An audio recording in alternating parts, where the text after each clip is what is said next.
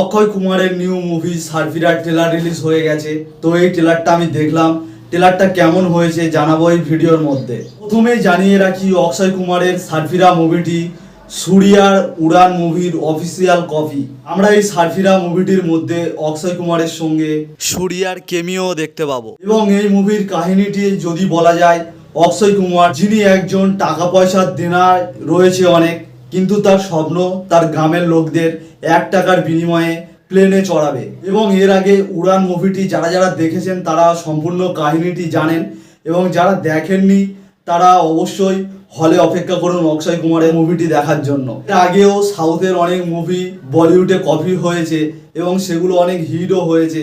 দেখা যাক এই মুভিটি কেমন করে অক্ষয় কুমার, মুভিটি হিট হয় নাকি ফ্লপ। এবং এই মুভিটির অরিজিনাল ভার্সন বক্স অফিসে ভালোই টাকা ইনকাম করেছিলেন। এই মুভির মধ্যে আমরা পারেশ রাওয়ালের একটি কামব্যাক দেখতে পাবো, যিনি একটি ভালো অভিনয় করেছেন মুভির মধ্যে। দেখা যাক অক্ষয় কুমার এই মুভিটিকে কেমন ভাবে ফুটিয়ে তোলে।